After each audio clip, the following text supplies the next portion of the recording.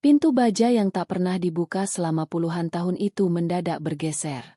Kalau kau benar pewarisnya, katakan apa arti harta di hadapan takdir. Suara tua dari balik gelap bergetar. Amanah, jawab seorang pemuda yatim, menahan gemetar.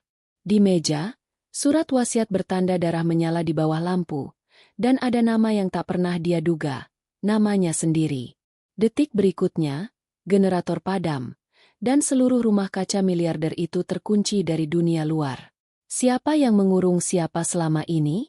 Dukung dengan menekan like agar kisah amanah ini menjangkau lebih banyak orang dan semoga menjadi wasilah kebaikan. Semoga Allah meneguhkan hati kita menjaga titipannya.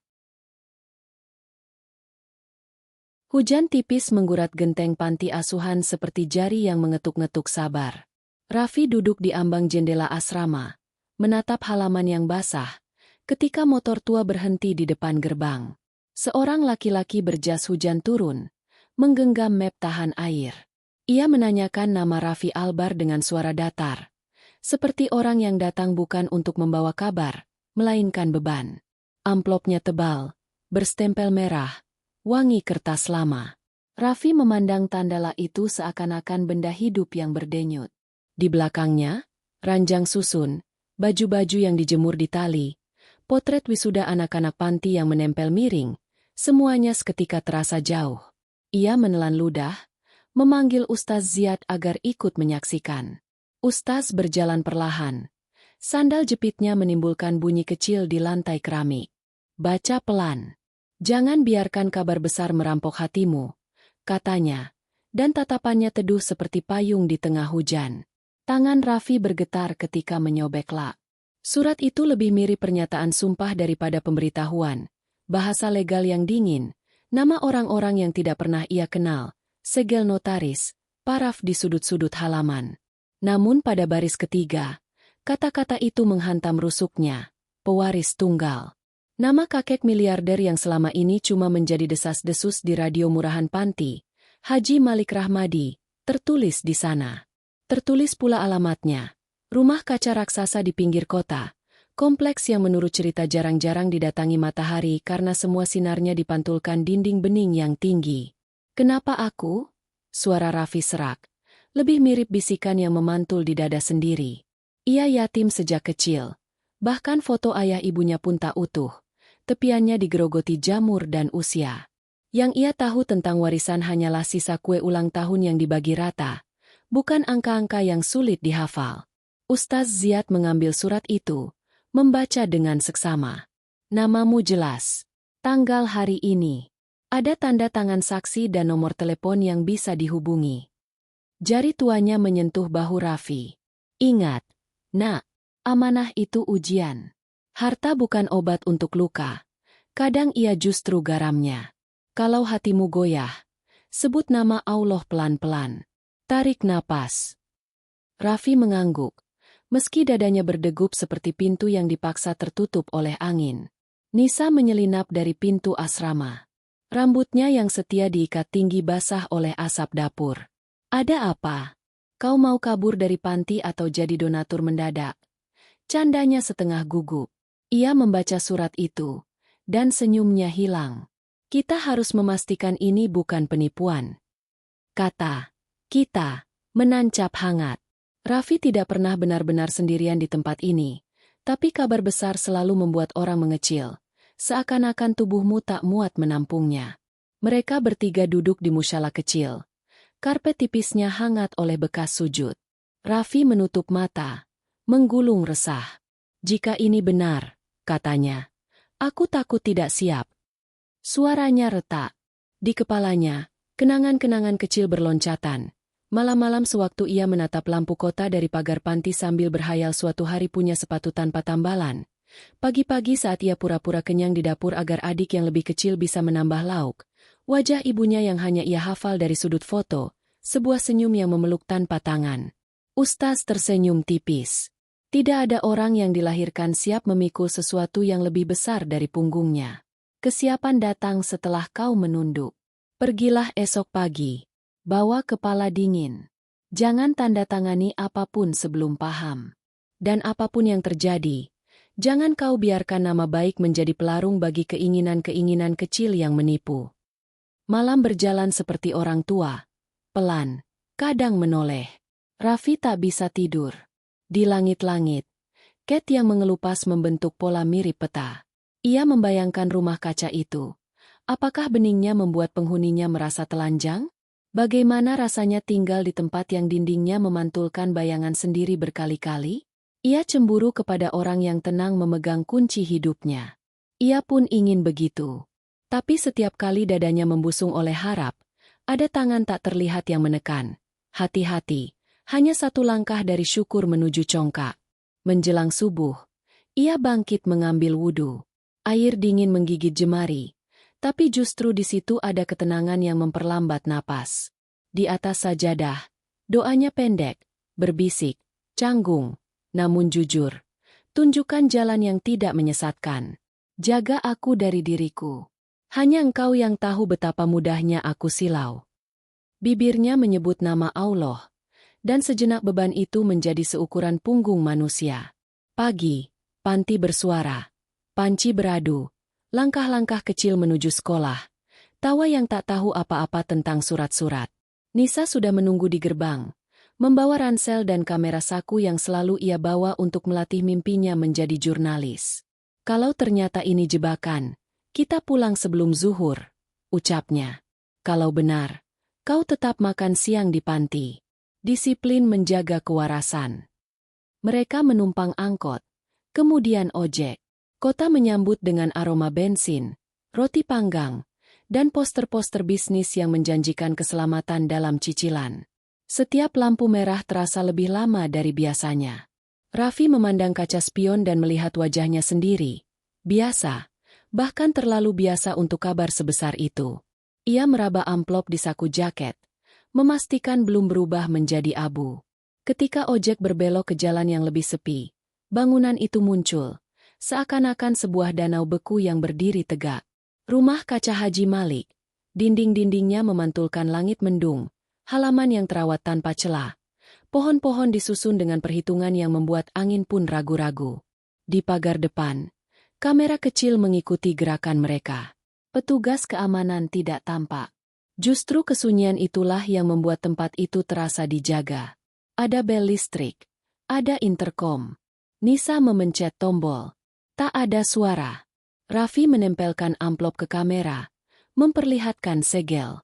Pintu pagar mendesis, bergeser beberapa sentimeter. Cukup untuk satu orang lewat. Ia menoleh pada Nisa, dan mereka memahami tanpa kata-kata. Raffi lebih dulu. Sepatu kanvasnya menyentuh jalur batu yang disusun rapi. Setiap langkah terdengar seperti kesepakatan yang belum ia pahami. Di teras depan, panel kecil memancar. Tulisan pada layarnya kaku. Letakkan ibu jari Anda. Raffi mengerjap. Ia tidak pernah mendaftarkan apapun. Namun ada rasa aneh yang mendorong. Campuran penasaran, takut, dan dorongan untuk membuktikan bahwa dirinya bukan sekadar nama dalam surat. Ia meletakkan ibu jari. Panel bergetar pendek, memindai, lalu mengeluarkan suara nadi elektronik. Identitas dikenali. Kata sistem, datar namun tak terbantahkan. Jantung Raffi menghentak seolah mendengar pintu masa lalu dibuka dari sisi lain. Nisa menahan napas. Pintu kaca di hadapan mereka bergeser perlahan, menampakkan lorong terang yang tak meminjam cahaya dari manapun. Raffi menoleh sekejap pada langit, menelan ketakutan yang pahit, lalu melangkah.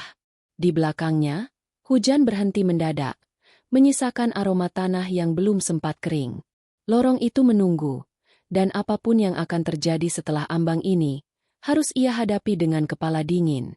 Titik ini, pintu yang mengakui namanya, adalah garis halus antara kehidupan lama yang sederhana dan dunia baru yang belum tentu ramah. Lorong bening itu seperti usus kaca. Panjang, berkilau, memantulkan bayangan Raffi dari berbagai arah. Bayangan-bayangan itu bukan hanya menyalin wujud, tetapi juga seolah memperbanyak kegelisahan di wajahnya. Setiap langkah terasa asing, sebab suara sepatu kanvasnya memantul berkali-kali, membuatnya seperti diikuti oleh 1000 langkah yang lain. Nisa, yang berjalan sedikit di belakang, sesekali meremas tali tasnya, Matanya berkeliling gelisah. Hawa di dalam rumah kaca tidak seperti udara biasa. Hangat, lembab. Seolah-olah ruangan itu menyimpan napas orang yang lama terkurung. Raffi mendongak. Langit-langitnya tinggi sekali, menyatu dengan dinding yang transparan.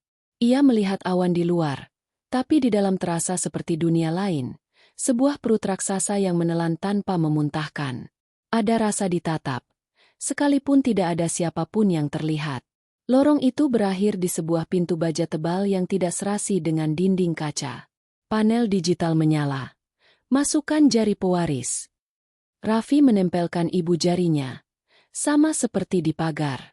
Sekejap kemudian, lampu hijau berkedip, dan pintu baja terbuka dengan desis panjang. Udara di dalam lebih berat, bercampur bau logam dan lembab. Mereka melangkah ke ruang luas berbentuk lingkaran. Dindingnya kaca. Namun dari balik kaca hanya ada kabut putih, seperti tirai yang menutupi pandangan. Di tengah ruangan berdiri sebuah layar raksasa. Layar itu hidup dengan sendirinya, menampilkan wajah seorang pria berumur 50-an, bersetelan hitam, senyumnya tipis tapi dingin. "Selamat datang, Raffi Albar." Suaranya lantang, bergema hingga sudut ruangan. "Namaku Juna. Tugasku menjaga rumah ini. Tapi aku tidak memberi izin siapapun masuk sembarangan. Kau disebut pewaris, maka buktikan dirimu." Raffi menelan ludah. "Buktikan. Bagaimana?" Layar menampilkan teks. "Ujian pertama, sidik moral." Nisa menoleh. Wajahnya bingung. Apa maksudnya? Tiba-tiba ruangan meredup. Dari langit-langit, proyektor menurunkan cahaya, membentuk adegan bergerak, rekaman dari masa lalu Raffi. Ia terpaku. Itu dirinya sendiri, usia sekitar 13 tahun, di dapur panti. Dalam rekaman itu, ia terlihat memasukkan roti ke saku bajunya, lalu menoleh kanan-kiri. Adegan itu menusuk, sebab ia memang pernah melakukannya. Mencuri makanan, lapar tak tertahan. Suara datar Juna bergema. "Jawablah dengan jujur. Apakah engkau mencuri di panti asuhan tempatmu dibesarkan?" Raffi terdiam. Nafasnya berat. Nisa meliriknya, seakan ingin membantu, tapi tatapan Raffi tegas. Ia tahu, jika ia berbohong, pintu ini tidak akan terbuka. Dengan suara bergetar, ia berkata, "Ya, aku pernah. Aku lapar. Aku takut mengaku. Tapi aku mengembalikan roti itu ke dapur sebelum ada yang tahu. Aku menangis malam itu, memohon ampun kepada Allah. Aku menyesal." Sejenak, sunyi menelan pengakuannya. Layar memancarkan garis hijau yang bergetar. Tiba-tiba pintu di sisi kanan ruangan terbuka. Suara Juna terdengar lagi. Kali ini lebih tenang. "Kejujuran adalah kunci pertama. Kau lulus." Raffi menghela napas panjang, hampir roboh karena tegang. Nisa tersenyum kecil, lega, tapi matanya juga basah. "Aku tahu kau jujur, Raff, tapi tetap saja, melihat masa lalu diseret begini, rasanya kejam." Raffi mengangguk. Mungkin inilah cara rumah ini menakar siapa aku.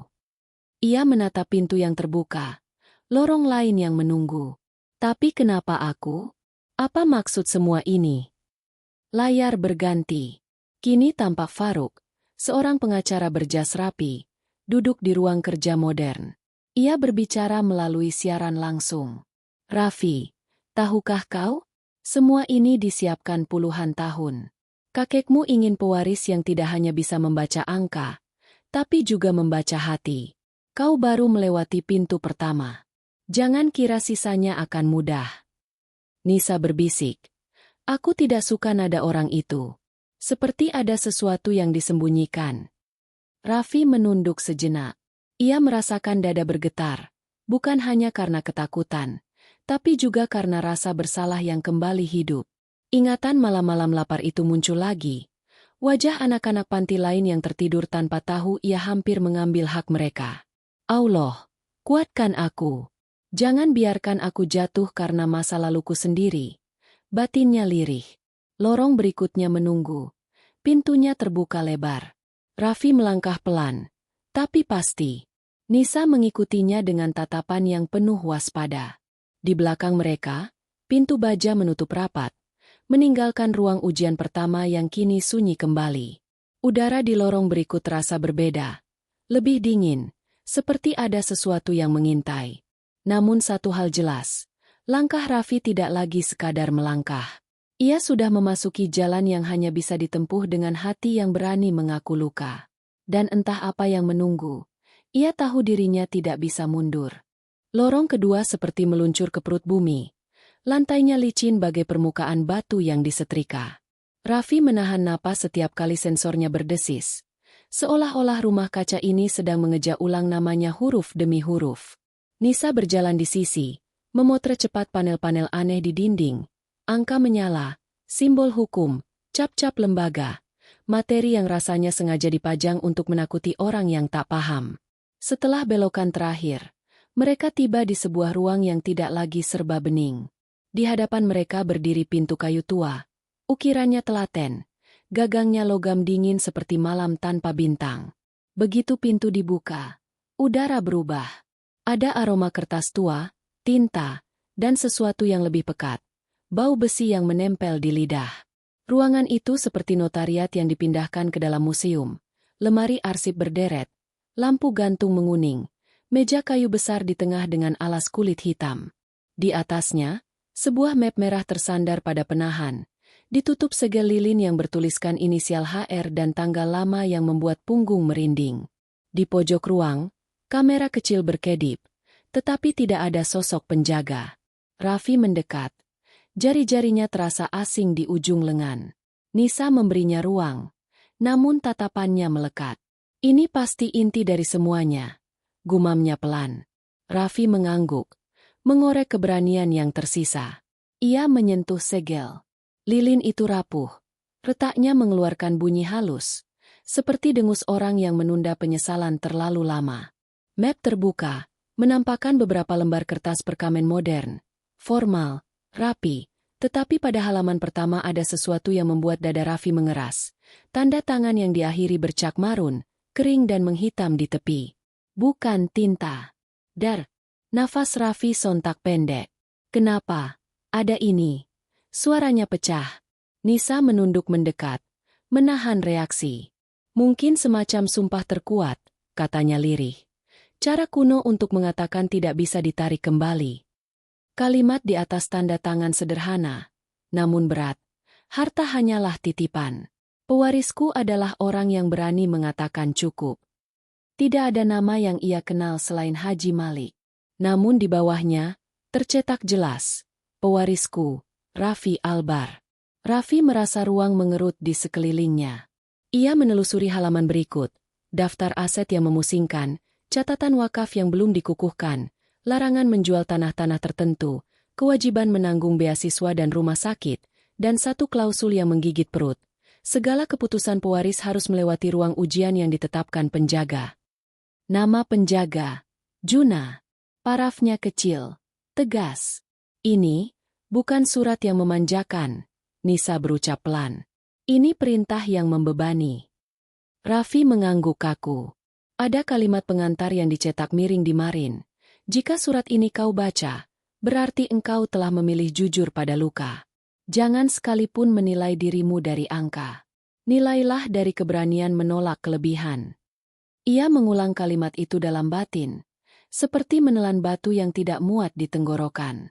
Dalam diamnya, ia memanggil nama Allah, memohon agar keinginan-keinginan yang tiba-tiba berlomba di kepalanya disiram dingin. Sebuah denting halus memecah konsentrasi. Layar kecil di sudut meja menyala, menampilkan Juna. Wajahnya datar, namun sorotnya tajam. Wasiat itu sah, katanya, tanpa salam. Tanda darah adalah sumpah pribadi Tuan Malik setelah kejadian yang tak perlu kujelaskan di sini. Kau berhak membacanya, tapi hak itu datang bersama kunci pengaman. Saat ini, sistem cadangan daya rumah sedang berjalan. Jaga waktu. Jangan lalai. Nada Juna tidak mengandung ancaman, namun Raffi menangkap sisa-sisa kecemasan yang disembunyikan rapi. Nisa lebih peka. Kenapa?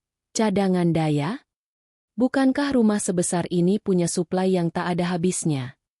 Juna terdiam sepersekian detik, kemudian berkata, listrik utama sedang dalam perawatan. Itu jawaban resmiku.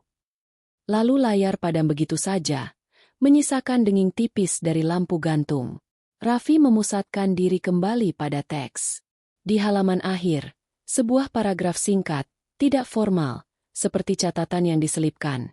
Jika kelak kau merasa dunia ingin menelanmu, pilihlah jadi kecil. Di situ engkau cukup. Di situ engkau aman. Tulisan tangan di sudut, mungkin milik Haji Malik, sedikit bergetar namun terbaca.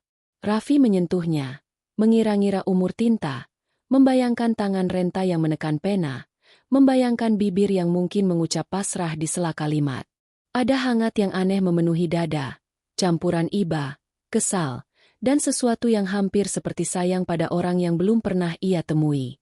Tiba-tiba, suara mekanis menggeram pelan. Lampu gantung meredup. Seketika, kedip-kedip kecil di kamera berhenti. Bayangan mereka memanjang di dinding, lalu terpotong. Rumah seperti menahan napas. Nisa menegakkan tubuh. Raffi merapatkan map. Refleks. Dentuman halus terdengar dari arah lorong. Palang keamanan turun. Satu demi satu, bunyi kunci elektronik mengunci diri. Raffi menoleh pada panel pintu. Indikatornya berubah dari hijau menjadi kuning, lalu merah. Gelap merayap, tidak total, namun cukup membuat setiap sudut terasa berbahaya. Generator cadangan mulai hidup, suara mesin dari perut bangunan, tetapi ada jeda beberapa detik yang panjangnya seperti selamanya. Nisa menyalakan senter kecil dari ponselnya. Cahayanya memotong ruangan berkabut debu halus. Garis-garis debu itu menari, seakan-akan waktu diaduk. Ini pasti protokol. Raffi berusaha menenangkan dirinya sendiri, walau suaranya tipis. Mungkin listrik berganti jalur. Namun sesuatu di telinganya menangkap ritme lain. Langkah? Lebih seperti getar dari kabel yang diputus paksa. Ia menggenggam map lebih erat, seperti orang memegang papan di tengah arus. Layar Juna menyala kembali, kualitas gambarnya turun, suaranya pecah-pecah. Dengarkan, katanya cepat. Saat lampu utama padam, seluruh akses beralih ke mode pengunci. Tetap di ruangan. Jangan membuka pintu manual tanpa perintah. Ini demi keselamatan. Di belakang Juna, tampak siluet lemari besi dan panel yang menunjukkan grafik turun naik. Nisa mendekat ke layar. Matanya menyipit. Ada yang memotong dari pusat. Juna tidak menjawab. Ia memandang Raffi sejenak, lalu menutup sambungan. Hening panjang menekan. Raffi menatap wasiat, lalu menatap pintu yang kini seperti bibir yang merapat keras. Ia bukan penakut. Kemiskinan mengajarkan cara berjalan dalam gelap. Tetapi kali ini berbeda. Di hadapannya bukan sekadar ruang tanpa cahaya, melainkan sistem yang memutuskan nasib dari balik algoritma. Allah, jaga kami. Batinnya, singkat. Nisa mengambil inisiatif, menyorotkan cahaya ke langit-langit. Kita inventaris dulu apa yang ada, katanya menahan panik. Mereka menemukan tombol manual, ditutup plat kaca kecil, tali pemadam, dan interkom analog berdebu. Raffi menekan interkom. Hanya dengung. Ia menaruh telinga, berusaha menangkap pola. Kosong. Dengung generator yang stabil mengantar kembali cahaya tipis ke ruang notariat. Pintu masih berkedip oranye. Seolah-olah rumah kaca memberi izin secukupnya, tidak lebih. Raffi berdiri di sisi meja. Jemari masih terasa berat oleh sisa ngeri dari bab sebelumnya. Wasiat berdarah itu kini rapi dalam map, tetapi kalimatnya, pewarisku adalah yang berani mengatakan cukup, masih berputar di kepalanya seperti ayat yang belum selesai dihafal. Ia menatap Nisa. Kita perlu tahu apa yang membuat orang menandatangani sumpah dengan darah, katanya pelan. Nisa mengangguk, menunduk pada kamera sakunya, kemudian mulai bergerak dengan ketelitian wartawan yang sedang memburu asal nyeri. Di dinding kiri, rak arsip diberi kode tahun. Debunya tipis, menandakan sesuatu sesekali menyentuhnya. Nisa menelusuri label 20 tahun lampau, menemukan bundel dokumen kebakaran pabrik milik konsorsium yang dulu dikaitkan dengan nama Haji Malik. Kertas-kertas itu berbau asap yang sudah lama padam. Raffi menarik satu lembar foto. Halaman pabrik yang hangus, garis polisi, dan di belakangnya langit buram yang memakan warna. Di sudut foto, ada catatan tangan. Audit internal tertunda. Koordinasi CFO. Tulisan itu tidak mengenal belas kasihan. Dingin dan efisien. Ini tragedi yang dipendam. Raf, bisik Nisa. Berita arus utama saat itu menyebut korsleting. Tapi di sini ada memo tentang mesin yang dipaksa berjalan di atas batas. Lihat tanda tangan para direksi. Raffi menelan pahit. Di bawah memo, ada daftar korban. Ia menelusuri nama satu persatu seperti menelusuri nisan. Jemarinya berhenti pada sebuah nama yang menyalakan kilat di kepalanya. Salsabila Ananta. Ibunya. Dunia menyempit. Suara generator menjauh, menyisakan detak yang memukul dari dalam. Ibuku, ada di sini, ucapnya, hampir tidak bersuara. Ia menyentuh huruf-huruf itu seolah bisa memijatnya menjadi hidup. Kenangan yang selama ini samar mendadak tajam. Bau minyak di rok ibunya. Tempias hujan di atap seng panti malam kabar buruk itu datang. Tangan kecil Raffi yang memeluk udara karena tidak ada lagi dada yang bisa dipeluk. Nisa memalingkan wajah, memberi ruang pada duka yang tiba-tiba padat. Maaf, katanya, lirih. Kita tidak sedang mencari luka, tapi luka yang menemukan kita. Raffi mengangguk, menahan gemetar. Pada momen itu, interkom di sisi pintu berdesis. Dan suara yang dikenalnya dari layar, Faruk, masuk dengan nada yang terlalu rapi untuk saat yang seberantakan ini. Raffi, kata Faruk, aku perlu menyampaikan dokumen tambahan. Ini menyangkut verifikasi identitasmu. Tekanannya pada kata verifikasi terdengar seperti upaya memotong akar pohon. Pintu oranye terbuka beberapa derajat. Cukup untuk menyelipkan amplop tipis yang disodorkan oleh lengan bersarung tangan hitam. Raffi menerimanya dengan hati-hati, seakan-akan kertas juga bisa meledak. Di dalam amplop, hasil uji DNA yang menyatakan probabilitas kekerabatan langsung dengan Haji Malik tidak signifikan. Ada stempel laboratorium ternama, ada QR yang menuju catatan pengujian. Faruk menambahkan, lewat interkom, hak pewaris tidak otomatis bergantung darah, sesuai klausul wasiat. Tapi kebenaran tetap harus dijernihkan. Jangan tertipu oleh narasi bahagia yang terlalu cepat. Kata-katanya jatuh seperti kerikil dingin di telapak. Raffi terdiam. Ia bukan asing bagi kehilangan, tetapi kehilangan identitas adalah bentuk lain dari pencabutan akar. Hampa yang membuat langkah terasa melayang. Jika bukan cucu kandung, pikirnya, mengapa namaku ada di sumpah darah? Ia hendak bertanya, namun interkom kembali mati. Tinggal dengung generator dan napas mereka berdua. Nisa mendekat, menatap hasil tes tanpa gentar. Dokumen bisa benar. Dokumen juga bisa diarahkan. Kita tidak menelan bulat-bulat. Raf. Ia menatap kalender kecil di meja, menautkan tanggal kebakaran dengan tanggal memo-memo penundaan audit. Ada sesuatu yang sengaja dibuat samar.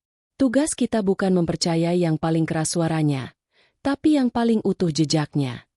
Raffi menarik kursi dan duduk. Ia menangkup wajah. Ketika alasan untuk berdiri runtuh, manusia biasanya bersandar pada sesuatu yang lebih tinggi dari dirinya. Ya Allah, batinnya yang tercekat. Jika ini tipu daya, selamatkan kami dari kebodohan. Jika ini kebenaran, beri aku hati yang tidak menuntut selain kejujuran. Doa itu sederhana. Tetapi ia merasakan pundaknya sedikit mengurai, seperti tali yang dikendorkan. Nisa kembali kerak. Kali ini ia menemukan CD lawas berlabel rekaman rapat krisis. Pemutar di pojok ruangan masih berfungsi. Generator memberinya nyawa. Gambar pecah, suara serak, tetapi cukup untuk mengerti. Di layar, beberapa orang bersetelan duduk melingkar. Di ujung meja, seorang pria yang wajahnya mirip dengan foto-foto lama Haji Malik menatap kosong. Kita hentikan produksi seminggu untuk perbaikan. Suara pria lain berkata. Atau kita kejar target dan perbaiki sambil jalan. Kalimat berikutnya seperti paku menembus telapak. Tanggung jawab sosial kita atur lewat CSR. Pasar tidak menunggu. Raffi mengepal. Ia membayangkan ibunya di lantai pabrik yang panas, menghitung detik pulang yang tidak pernah sampai. Di akhir rekaman, suara yang lelah, mungkin Haji Malik muda, berdesis, ambil keputusan. Aku akan menandatangani sesuai mayoritas. Layar membeku. Sunyi menggema. Ini bukan vonis, kata Nisa, tegas, seolah membaca pikiran Raffi. Ini jejak. Jejak mengarah ke pertanyaan, bukan keputusan cepat. Dan pertanyaan pertama kita, mengapa setelah itu ada wasiat berdarah yang memuliakan kata cukup? Raffi menatapnya lama, bersyukur pada keberanian yang mengisi suara sahabatnya. Ia menatap kembali daftar korban, mengusap nama ibunya, lalu menutup berkas seolah menutup luka agar tidak kotor. Tiba-tiba, speaker kecil di bawah meja berdenting pelan. Bukan interkom Faruk, bukan wajah Juna. Hanya suara tua yang pelan, seperti seseorang yang telah tinggal lama bersama kesalahan dan tahu cara mengucapkannya tanpa membela diri. Jika kau mendengar rekaman ini, suara itu berkata, patah namun jernih. Berarti ruangan telah mengakui namamu. Jangan buka pintu yang menuju intiku sebelum kau siap kehilangan segalanya. Raffi mematung. Nisa menahan napas. Suara itu melanjutkan. Dulu aku memilih angka daripada manusia. Api mengajarkan bahwa panas paling perih bukan di kulit, melainkan di hati yang tahu ia telah salah. Kau mungkin bukan darahku. Tapi jika hatimu berani menahan lebih daripada menerima, mungkin engkau memahamiku lebih dari mereka yang mewarisi wajahku. Kalimat terakhir itu menetes seperti air dari atap yang retak. Rekaman berhenti. Tidak ada tanda tangan digital, tidak ada verifikasi, hanya resonansi yang terlalu manusiawi untuk dipalsukan sembarangan. Raffi duduk tegak, mendengarkan sisa gema yang perlahan padam. Ia ingin marah, ingin menuduh, ingin memukul sesuatu yang keras. Namun amarahnya tidak menemukan wajah selain wajahnya sendiri. Aku ingin kebenaran, bukan pelampiasan. Gumamnya, seperti janji kecil yang diikat pada tiang hati. Di luar kaca, langit bergeser dari kelabu ke lebih terang. Rumah kaca masih menahan sebagian pandang, tetapi cahaya menetes lebih berani dari sela bingkai. Pintu tetap oranye, peringatan yang menuntut kesabaran.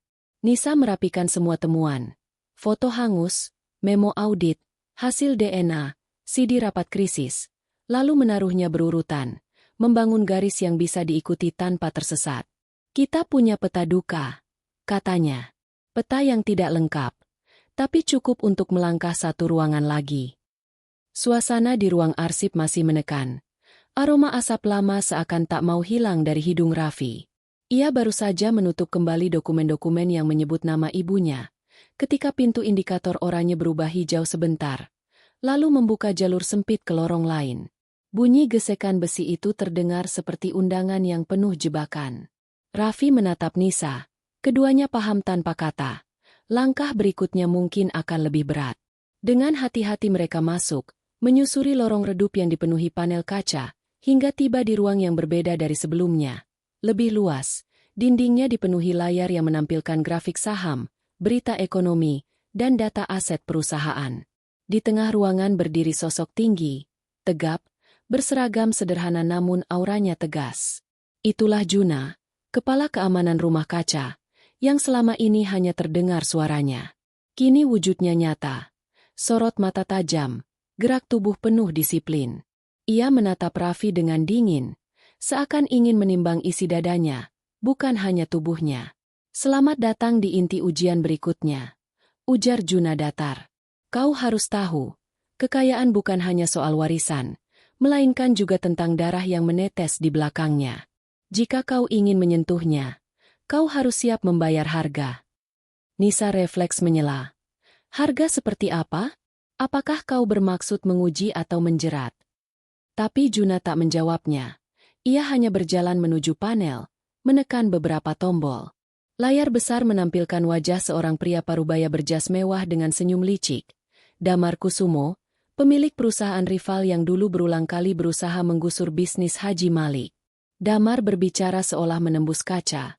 Suaranya penuh percaya diri.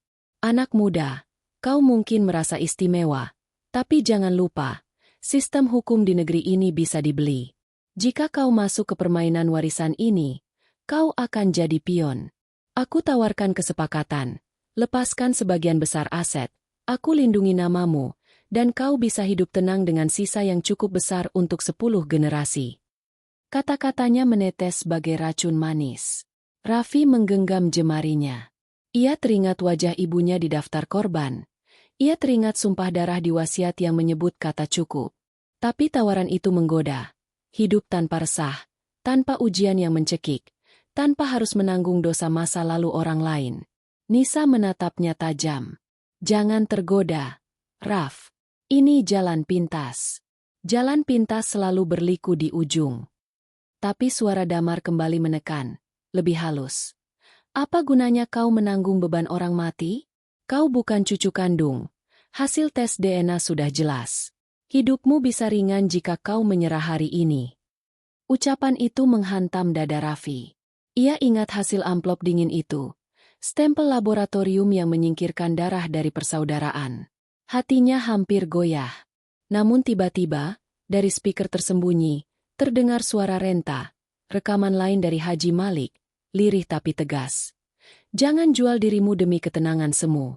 Jika kau berani menolak, berarti kau lebih kuat daripada aku. Kata-kata itu seperti tali yang menahan Raffi agar tidak jatuh. Ia menghela napas dalam. Lalu menatap layar tempat wajah Damar masih menunggu. Aku tidak mencari jalan mudah, ucapnya. Suaranya bergetar namun mantap. Aku tidak menukar amanah dengan perlindungan palsu. Kalau aku harus menanggung, biarlah aku menanggung. Hidup bukan untuk dilindungi oleh kelicikan. Damar tertawa pendek, getir. Kau masih muda. Kau akan menyesal. Layar padam seketika. Ruang itu kembali sunyi. Hanya tersisa Juna yang masih berdiri tegak. Ia memandang Raffi lama, lalu berkata singkat, "Jawabanmu dicatat." Lalu, seolah ruangan ingin menguji keteguhan itu, semua layar berganti menjadi angka-angka saham yang bergerak liar. Grafik naik turun, peluang keuntungan besar muncul di depan mata. Satu tombol saja bisa menggandakan kekayaan. Suara sistem otomatis berbicara. Pilih tindakan, ambil keuntungan untuk dirimu atau salurkan ke dana sosial. Nisa menahan napas. Raffi merasakan jantungnya berdegup keras. Satu klik bisa membuatnya menjadi kaya dalam sekejap, menutup semua luka masa lalu. Namun ia teringat wajah-wajah anak panti, teringat doa yang ia ucapkan di sajadah dengan menyebut nama Allah agar tidak silau. Dengan tangan yang gemetar, ia memilih opsi kedua. Salurkan ke dana sosial. Sekejap, layar-layar berubah hijau, tulisan besar muncul. Kunci kedua terbuka, sidik hikmah. Raffi memejamkan mata, lega bercampur letih. Ia merasa seolah baru saja menolak tawar-menawar iblis yang menyamar sebagai jalan keluar. Juna mengangguk, wajahnya masih kaku. Namun di matanya ada kilat kecil yang berbeda, penghormatan. Kau memilih berat. Itu artinya kau tidak bisa lagi mundur. Raffi menghela napas panjang. Hatinya masih diguncang oleh kata-kata Damar, oleh hasil DNA, oleh bayangan ibunya di daftar korban. Namun di balik guncangan itu, ada semacam ketenangan baru, seperti tanah yang kering tetapi akhirnya menerima hujan. Ia menatap Nisa yang berdiri di sisinya. Sahabatnya itu tersenyum samar, seolah berkata tanpa kata. Kau sudah melangkah lebih jauh dari yang kau bayangkan. Dari sudut ruangan, pintu lain mulai terbuka perlahan. Udara yang keluar dari sana lebih dingin, membawa aroma logam bercampur debu lama. Raffi tahu perjalanan ini belum selesai, tapi ia juga tahu bahwa ia tidak lagi berjalan sebagai anak panti yang ragu. Ia kini adalah seseorang yang telah menolak tawaran iblis, meski hatinya masih penuh luka.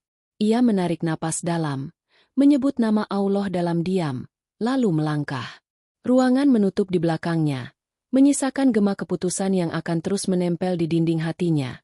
Lebih baik menolak godaan manis daripada hidup dengan penyesalan pahit. Pintu yang terbuka dari ruang tawar-menawar itu seakan menghela Raffi ke dalam rahim yang lebih dalam dari rumah kaca. Udara yang menyambutnya lebih berat. Dingin seperti besi yang baru saja ditempa. Lampu neon panjang di langit-langit berkedip sejenak, lalu menyala stabil, menyingkap ruangan bundar dengan 3 pintu di sisi berbeda. Di tengahnya berdiri sebuah monumen logam berbentuk telapak tangan yang terbuka. Di setiap jari terdapat lubang kecil yang tampak menunggu sentuhan. Nisa merapat di sampingnya. Matanya berputar gelisah. Aku rasa ini sesuatu yang lebih besar dari sekadar tes, bisiknya. Raffi hanya mengangguk. Hatinya masih berdebar. Namun keputusan di ruang sebelumnya, menolak tawaran damar dan memilih menyalurkan keuntungan pada dana sosial, memberinya semacam keyakinan baru. Dari dinding, suara berat milik Juna kembali bergema. Rumah ini memiliki 3 kunci yang harus dilewati sebelum amanah terbuka sepenuhnya.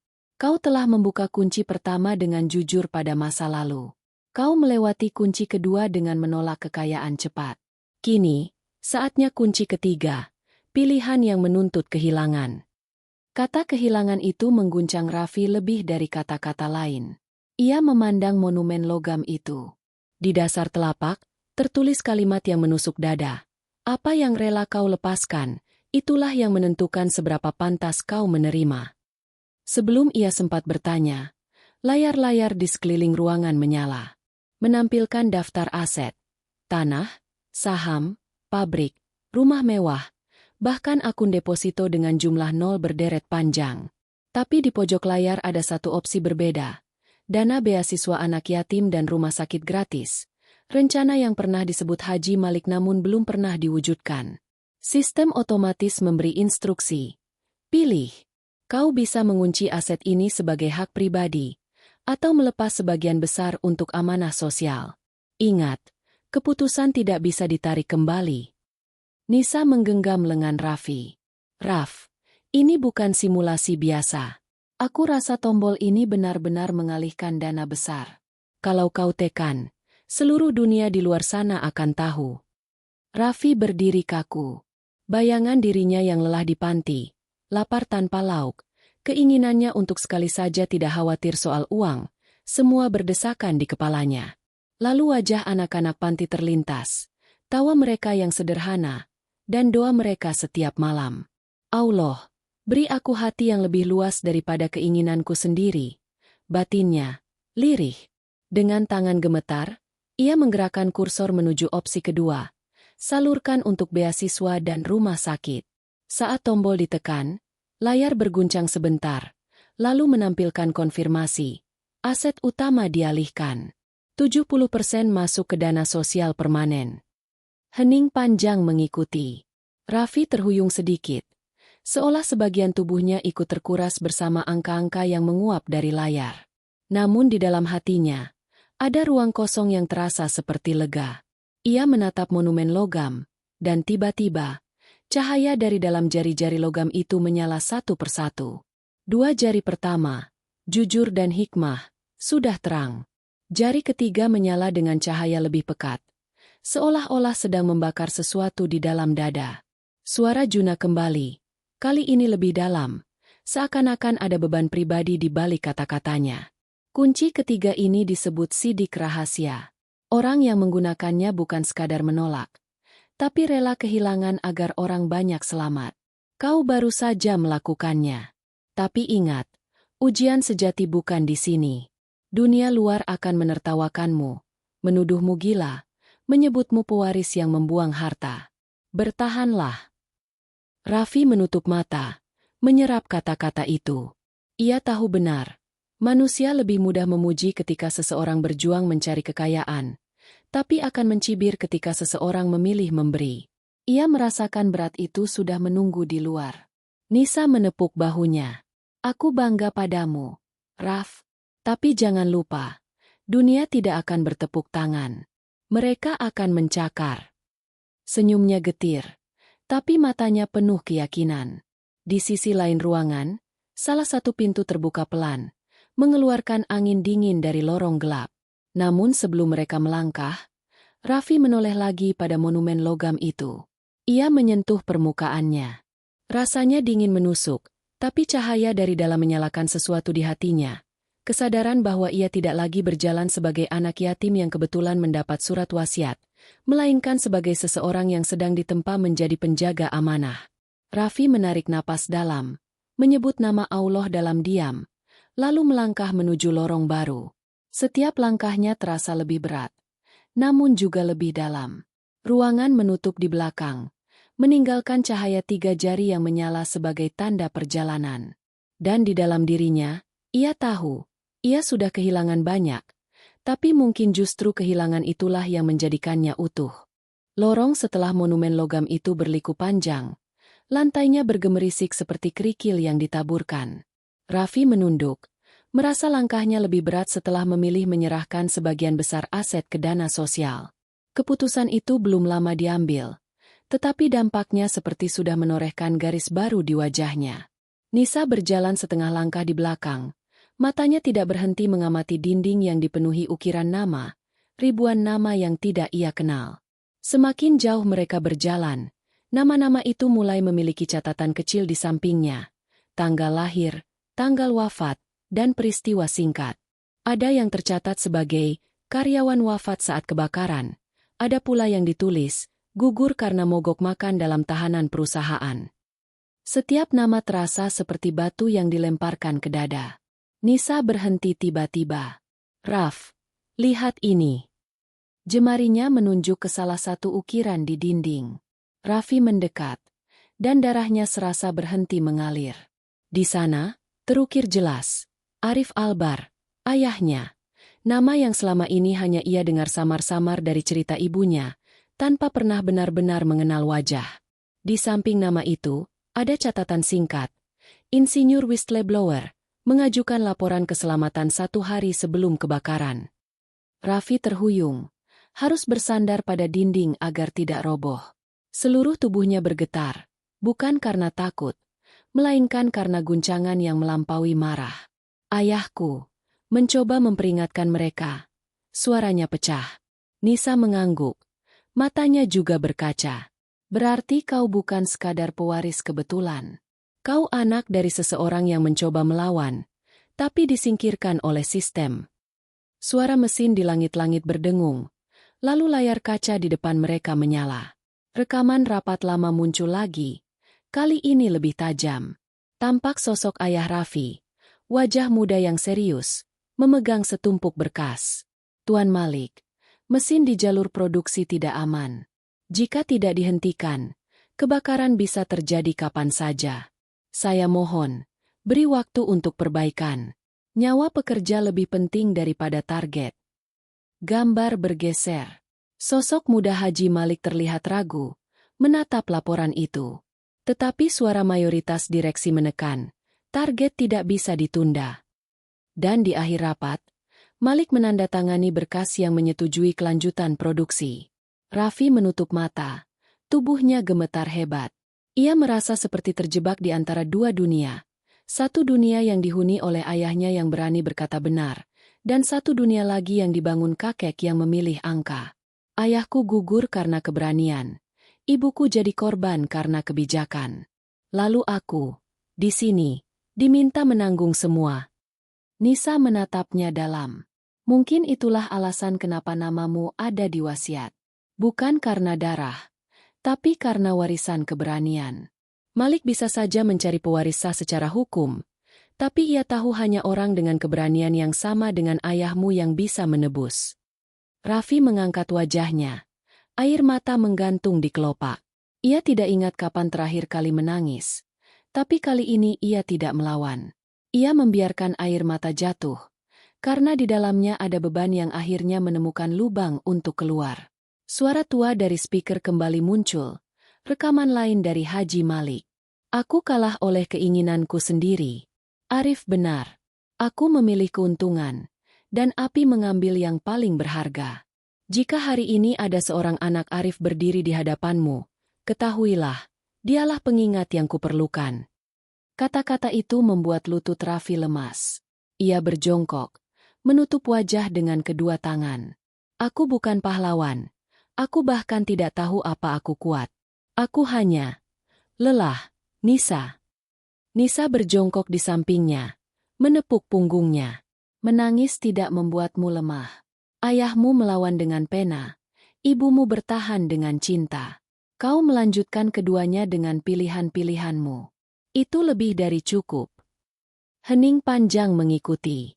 Hanya suara mesin pendingin dan napas mereka yang tersisa. Setelah beberapa menit, Raffi bangkit perlahan. Tatapannya berbeda. Masih basah, tapi lebih tegak. Kalau nama ayahku disembunyikan di sini, berarti ada banyak kebenaran lain yang ditutup. Aku tidak bisa lagi hanya jadi penerima wasiat. Aku harus jadi saksi. Dinding di hadapan mereka retak perlahan, membuka jalan ke ruang berikutnya. Dari celah itu keluar angin yang lebih dingin, seolah rumah kaca mengakui bahwa rahasia besar telah dibuka. Raffi melangkah maju, membawa luka baru yang justru menjadi pijakan. Ia tahu, mulai sekarang, setiap langkah bukan lagi sekadar ujian untuk dirinya, tapi juga untuk nama yang selama ini dikubur dalam debu, Arif Albar. Dan di dalam hatinya, ia berdoa pelan, menyebut nama Allah, agar keberanian yang diwariskan ayahnya tidak padam di tengah gelap rumah kaca ini. Lorong yang terbuka setelah ukiran nama ayahnya menuntun Raffi dan Nisa ke sebuah aula luas dengan dinding kaca setinggi langit-langit. Ruangan itu tampak seperti jantung dari rumah kaca, pusat kendali yang memantulkan cahaya dari ratusan layar. Di layar-layar itu, wajah-wajah direksi perusahaan, berita bursa saham, serta komentar media sosial berkelebat tanpa henti. Dunia luar ternyata sudah berbisik, menunggu kabar tentang pewaris misterius yang mendadak muncul. Raffi berdiri kaku, masih membawa luka dari penemuan nama ayahnya di dinding lorong. Nafasnya berat, seperti membawa batu di dada. Namun sebelum ia sempat mencerna semuanya, pintu kaca di sisi lain terbuka dengan kasar. Masuklah Tante Mira, mengenakan gaun hitam elegan. Wajahnya dingin namun matanya menyala penuh ambisi. Di belakangnya Faruk, sang pengacara licin, dan di layar besar muncul wajah Damar Kusumo, musuh lama keluarga. Kau benar-benar sudah jauh melangkah, Raffi. Suara Mira menyalak, menusuk tanpa basa-basi. Tapi cukup sudah permainan ini.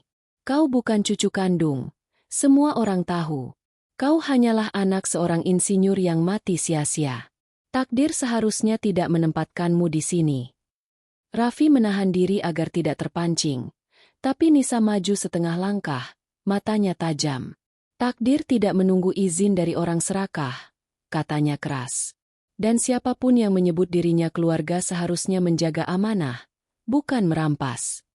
Faruk mengangkat tangan. Suaranya manis tapi beracun. Anak muda, jangan bodoh. Dengan satu tanda tangan, kau bisa menyingkirkan beban ini. Biarkan Tante Mira memimpin, dan kau tetap dapat bagian yang layak. Hidupmu akan tenang, tanpa musuh, tanpa tekanan. Damar menimpali dari layar, tertawa rendah. Kalau tidak, aku pastikan esok namamu dipermalukan di setiap koran. Aku punya dokumen, aku punya media. Kau akan hancur sebelum sempat duduk di kursi pewaris. Ancaman itu membuat ruangan semakin dingin. Jantung Raffi berpacu, bukan karena takut pada hancurnya nama, tapi karena ia tahu dunia luar bisa lebih kejam daripada rumah kaca ini. Namun dalam pikirannya, terngiang suara ayahnya dari rekaman, suara yang jujur memperingatkan tentang bahaya pabrik. Ia menatap wasiat berdarah yang masih diingatnya. Pewaris adalah yang berani mengatakan cukup. Aku tidak butuh singgasana yang dibangun di atas abu, ucap Raffi. Suaranya bergetar tapi mantap. Kalau kau ingin menguasai harta, lakukan. Tapi ketahuilah, aku tidak akan ikut menutup mata dari kebenaran. Mira mendesis. Wajahnya menegang. Kau berani menantang darahku sendiri. Seketika, Juna muncul dari balik bayangan. Tubuh tegapnya menghalangi langkah Mira. Tugas saya menjaga rumah ini, bukan menjaga keserakahan, katanya dingin. Tatapannya tegas ke arah Mira dan Faruk. Tidak ada seorang pun yang boleh melanggar protokol. Jika anak ini sudah melewati kunci-kunci amanah, maka rumah akan tunduk padanya, bukan pada kalian. Ketegangan memuncak. Faruk menggeram. Damar di layar melempar ancaman hukum, dan Mira maju dengan tatapan membunuh. Namun tiba-tiba, seluruh layar bergetar.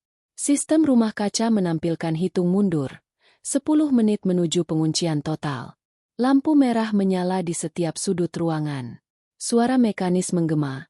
Bahaya kebakaran terdeteksi di ruang arsip. Protokol darurat diaktifkan. Nisa menoleh cepat pada Raffi. Ini jebakan. Mereka membakar arsip untuk menghancurkan bukti. Raffi memandang ke sekeliling. Pilihan ada di tangannya.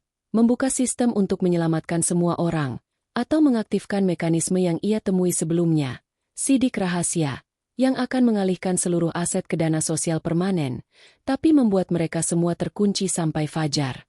Ia menggenggam dadanya, menyebut nama Allah pelan, meminta petunjuk. Nafasnya bergetar, tapi matanya perlahan tegak. Lebih baik aku kehilangan segalanya, daripada membiarkan orang-orang ini terus memangsa. Mira tertawa tajam. Kau gila, Raffi. Kau akan menjerumuskan dirimu sendiri. Namun di hati Raffi, ada ketenangan yang tak bisa dijelaskan. Ia menoleh pada Nisa. Kalau aku harus menanggung, aku tidak ingin menanggung sendiri. Aku ingin beban ini menjadi cahaya bagi banyak orang. Tangannya bergerak menuju panel pengendali. Jari-jarinya gemetar, tapi tekadnya mantap. Hitung mundur terus berjalan. Dunia seakan menahan napas, menunggu apa yang akan ia pilih. Dan ketika jemarinya menekan tombol itu, ruangan berguncang hebat. Lampu-lampu berkedip, layar-layar menampilkan tulisan besar. Sidik rahasia diaktifkan. Aset dialihkan ke badan wakaf permanen. Sistem penguncian total berjalan hingga matahari terbit. Mira menjerit. Faruk memukul meja.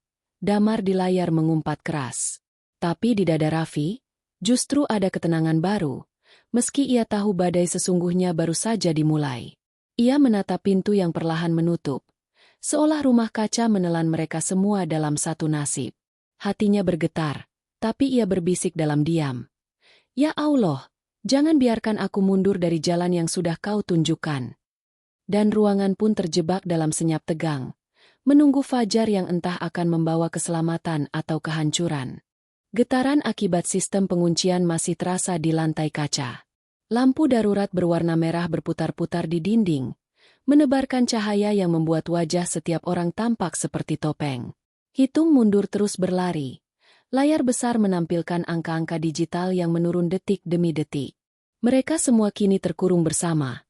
Raffi, Nisa, Juna, Mira, dan Faruk. Sementara Damar terus muncul di layar, menjerit marah dari jauh. Aroma hangus mulai merayap dari lorong arsip. Tidak ada api yang terlihat, tapi asap tipis perlahan masuk lewat ventilasi. Rumah kaca mengenali ancaman itu sebagai bahaya nyata, sehingga sistem otomatis menyiapkan prosedur pemadaman. Gas pemadam bertekanan tinggi. Suara mesin berderam rendah, seperti hewan besar yang bersiap menyerang.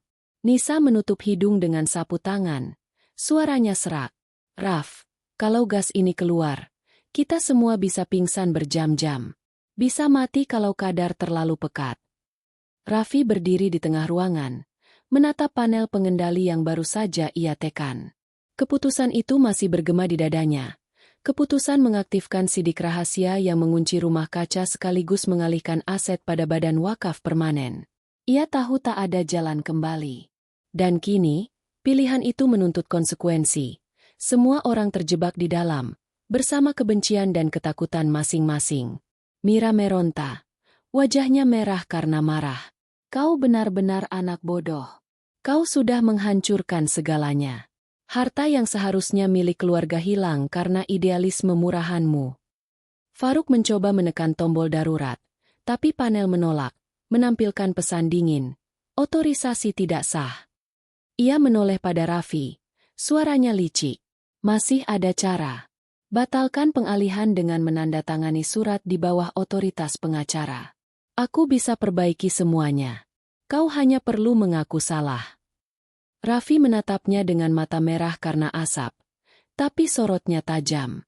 Aku tidak membatalkan. Harta bukan untuk diperebutkan, tapi untuk dititipkan. Kalau aku harus menanggung kebencian kalian, biarlah.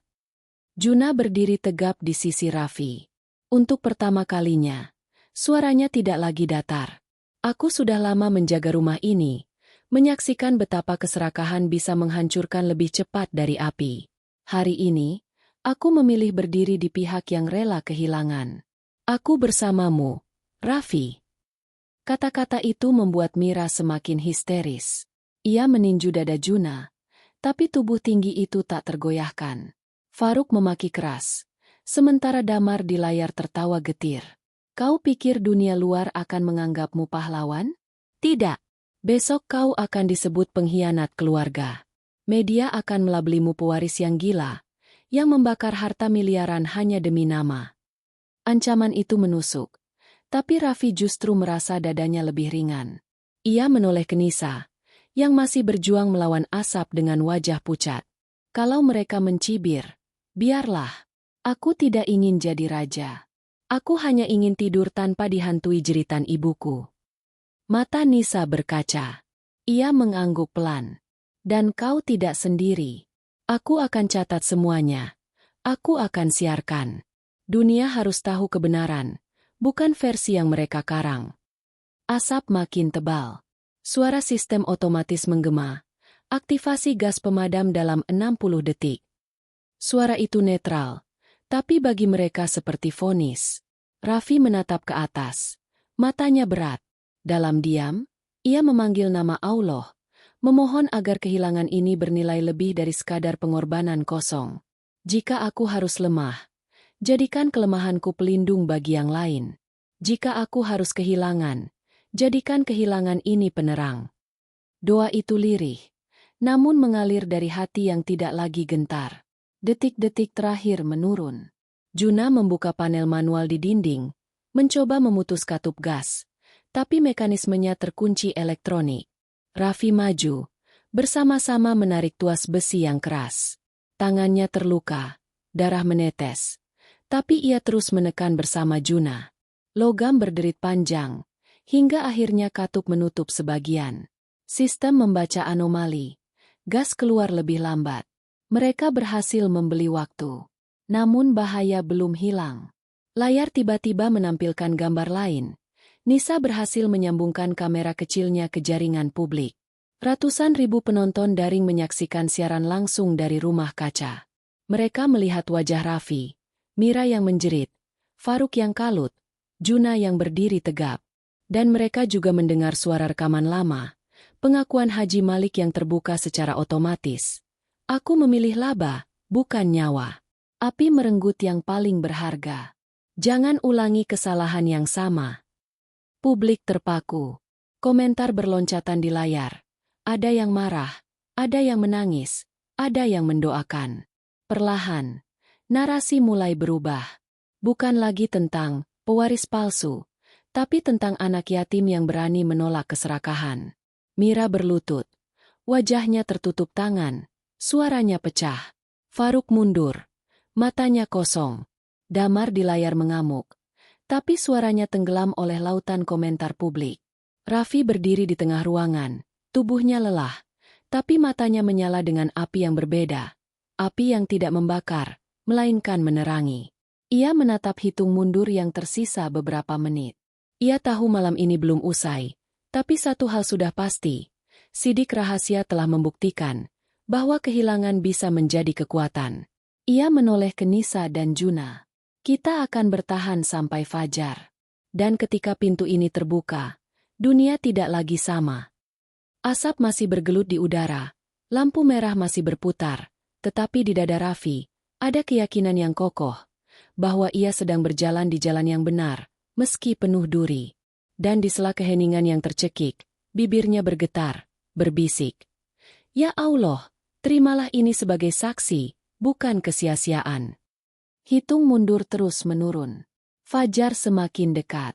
Dan dunia sedang menunggu apa yang akan lahir dari rumah kaca yang kini menjadi penjara sekaligus saksi sejarah. Hitung mundur menyisakan menit-menit yang terasa lebih panjang daripada masa kecil yang lapar. Lampu darurat berputar memerah, menarik bayang-bayang seperti luka yang tak sempat ditutup. Asap merayap dari ventilasi layaknya tangan yang ingin menutup mulut semua orang. Raffi berdiri di tengah ruang kendali rumah kaca dengan tangan berbalut kain sobek. Kulitnya perih akibat menarik katup besi bersama Juna. Nafasnya pendek, tetapi tatapannya jernih. Di sampingnya, Nisa menahan batuk. Kamera sakunya masih menyiarkan keluar, menjahit jarak antara penjara kaca dan mata publik yang kini menonton tanpa berkedip. 4 menit. Gumam Juna. Suaranya berat. Keringat menetes dari pelipisnya. Bercampur jelaga. Katup utama macet lagi. Kalau tidak kita paksa, gas akan memadati ruangan inti. Mira menggeretakkan gigi. Amarahnya kini tidak lagi lantang. Lebih mirip ketakutan yang kehilangan topeng. Faruk berdiri di dekat panel hukum yang sudah tak berfungsi. Bibirnya berkomat-kamit menghitung kemungkinan yang gugur satu demi satu. Di layar jauh, Damar masih mengamuk. Tapi suara dunia luar, komentar, doa, teriakan, mengubur ancaman yang barusan terdengar begitu besar. Raffi memejamkan mata sedetik, menyebut nama Allah tanpa suara, lalu menatap Juna. Kita ke ruang katup cadangan. Kau pimpin jalan. Juna mengangguk. Mereka berlari di lorong yang lantainya licin oleh embun gas. Bau logam mengiris hidung. Nisa mengikuti, menahan muntah, tapi tidak melepas kamera.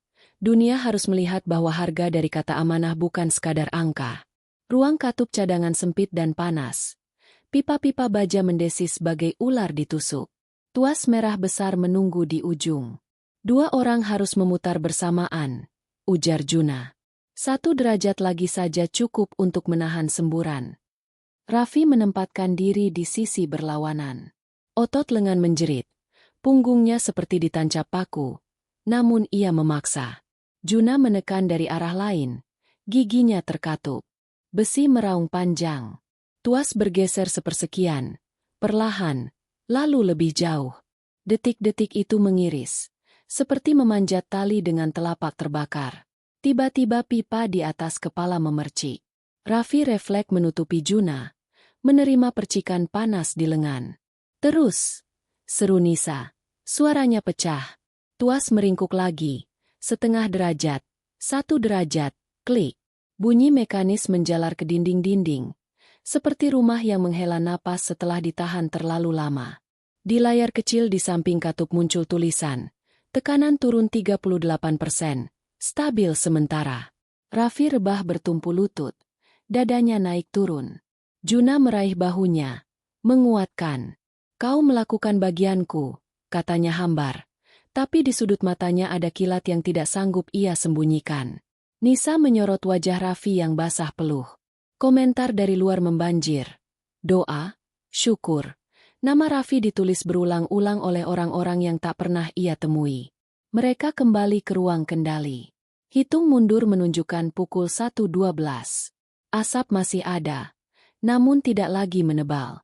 Di tengah ruangan, panel utama kini menampilkan notifikasi baru yang tak pernah mereka lihat sebelumnya. Huruf-hurufnya kaku, seperti palu hakim. Protokol amanah final, kode suara. Buka kunci darurat memerlukan pernyataan pewaris di hadapan saksi. Kalimat komitmen, cukup bagiku menjaga titipan. Biar selebihnya untuk manusia. Nisa menatap Raffi.